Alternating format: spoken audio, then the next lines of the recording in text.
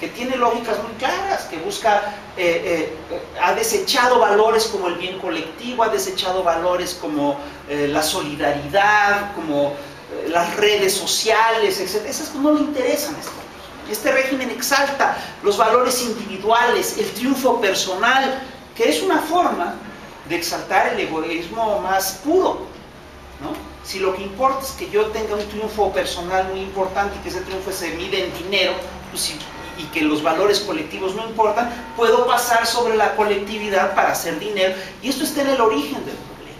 Por supuesto que en el origen del problema está el modelo neoliberal. El modelo neoliberal ha contribuido como pocas cosas a incrementar el negocio de la droga en México.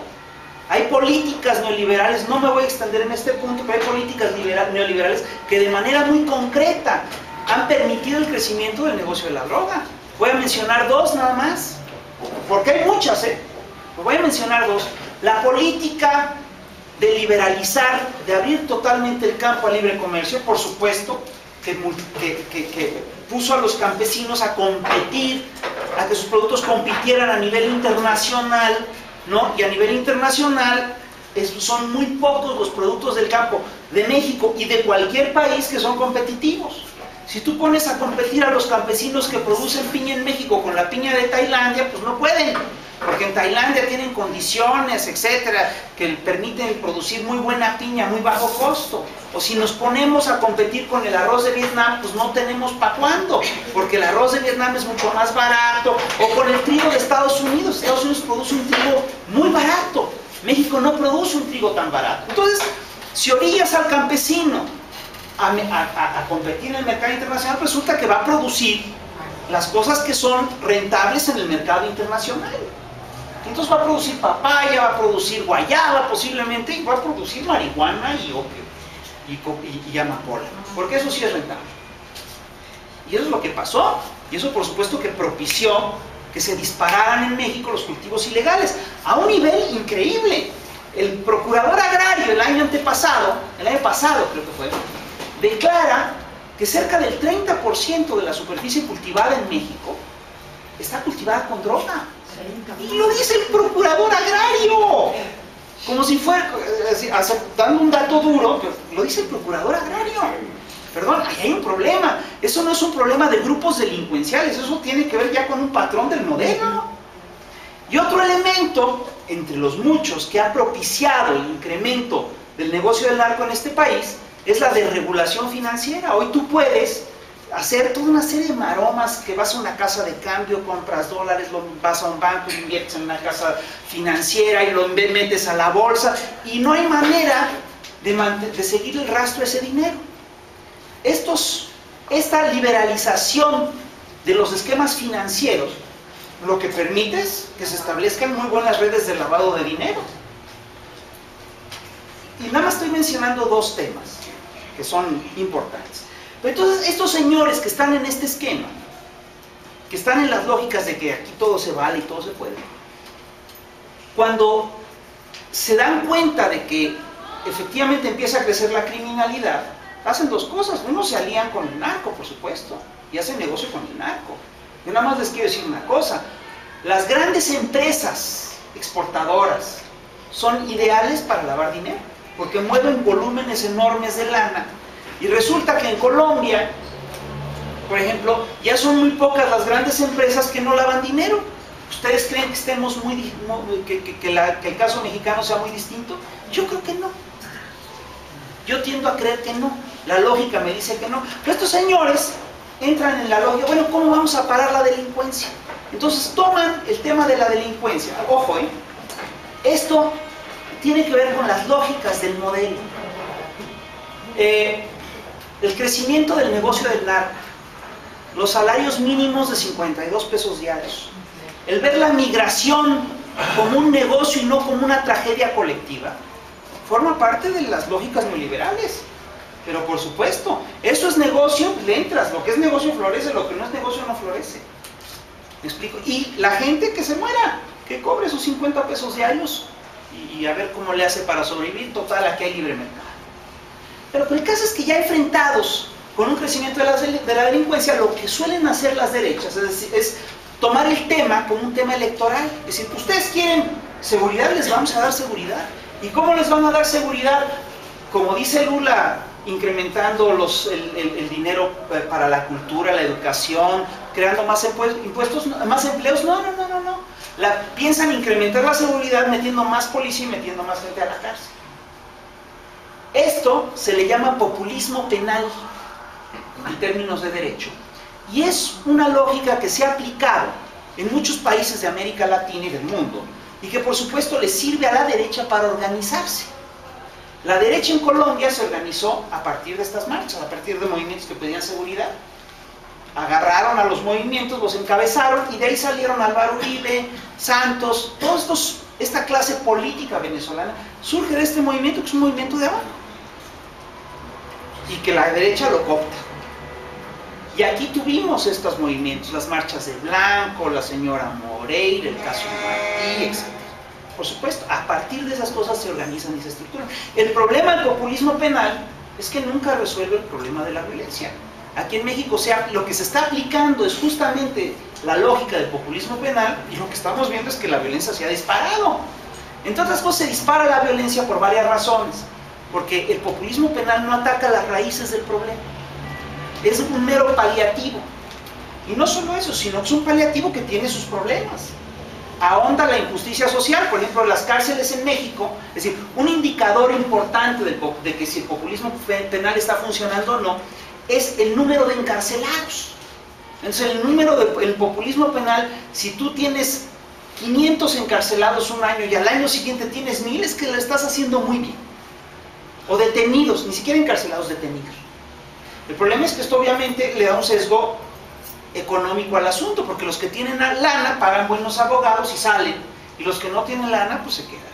Entonces las cárceles de México están retacadas, pero no están retacadas con los grandes delincuentes, están retacadas con gente que comete delitos menores, con gente con delitos de menos de 6,000 pesos. Agarren la onda. Es decir, narcomenudistas que tienen delitos de menos de $100 o de $100, esos están en la cárcel. Y las cárceles sí funcionan como universidades para el delito. Ahí, si no sabían delinquir bien, ahí les enseñan. Entonces ustedes, les aseguro que tienen un pariente, ustedes mismos han de haber recibido estas llamadas telefónicas de: oye, soy tu hijo y estoy secuestrado. Esas llamadas las hacen desde la cárcel. Y se sabe que las hacen desde la cárcel. Ahí están las redes que hacen estas cosas. Entonces, es claro que las lógicas del populismo penal no funcionan. Es claro que el sistema neoliberal ha producido, ha ahondado, ha hecho crecer el tema de la droga. Y es claro que el modelo neoliberal favorece un estamento muy pequeño de la población, favorece a 30, 40 familias, no más. Esos son los que se hacen riquísimos con el modelo. Y estos señores hacen lo que sea para mantener el modelo. Hacen incluso fraudes electorales. Y el fraude electoral, créanme, que fue una herramienta que permitió que creciera el narco también en México. Y miren, es muy curioso el tema del fraude electoral. Yo el otro día todavía me encuentro una señora que me dice: ay, ¿tú de veras crees que hubo fraude? Entonces yo agarré y le dije: mira, una señora de buena fe, a ver, siéntate. Entonces le puse la cinta del Bester, le puse, y se quedó así. Yo no había visto esto. ¿No estás enterada, mi reina? Ahora estrenaron la película del 056. Pero esa película, ojo, yo entiendo que también tiene su sesgo.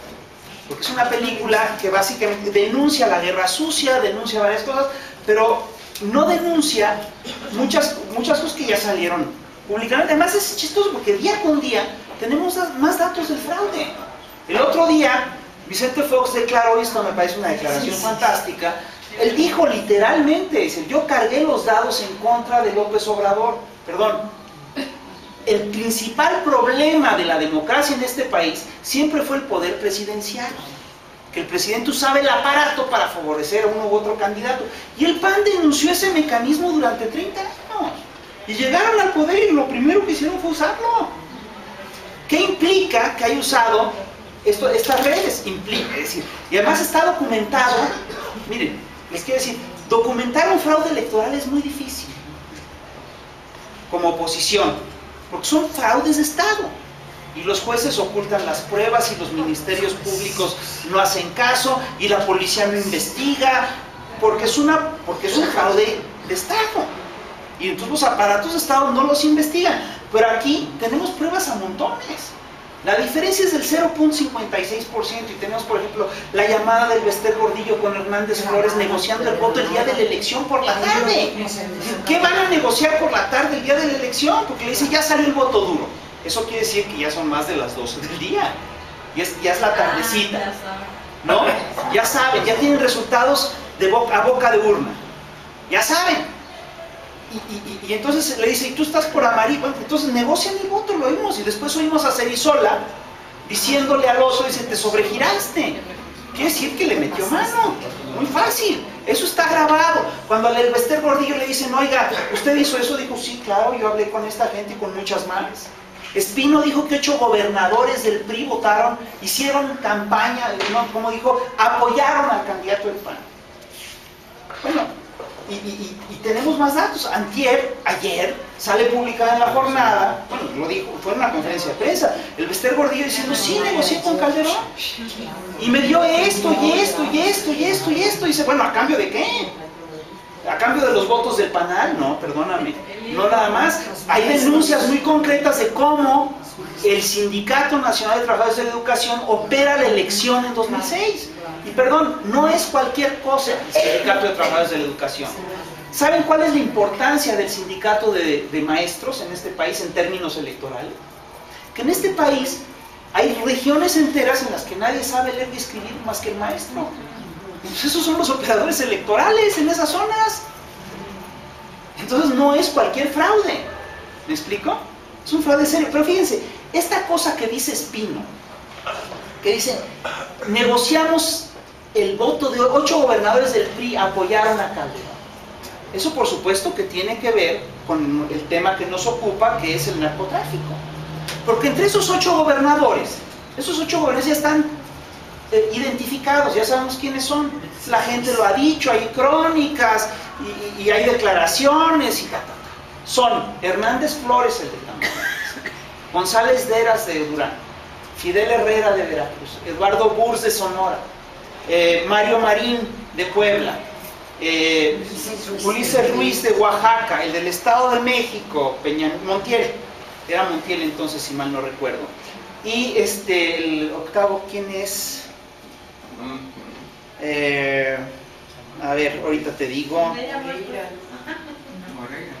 No fue Moreira. El de Durango Hernández Heras, ya lo señalé. No. Ah, el de Nuevo León, González Parás. Bueno, perdón, a ver, vamos a hacer cuentas. ¿Cuál de estos no está metido en el narco? Es decir, ¿cuál de estos no ha sido acusado por panistas? No por nosotros, por los panistas de estar metidos en el narco. Al de Tamaulipas, un diputado del PAN dijo que estaba metido con los Zetas. No fui yo, fue un diputado del PAN. El PAN también ha denunciado los vínculos de Fidel Herrera con el narcotráfico y dijeron que en la elección intermedia en Veracruz se lavó dinero. Burs es codueño de Bachoco, en cuyos trailers se han encontrado cargamentos de cocaína y de cristal. Es decir, González Parás, y ve el desastre que es en el que está convertido en Nuevo León ahorita porque el señor estaba metido en eso. Y vas, el caso de Mario Marín, vinculado a redes de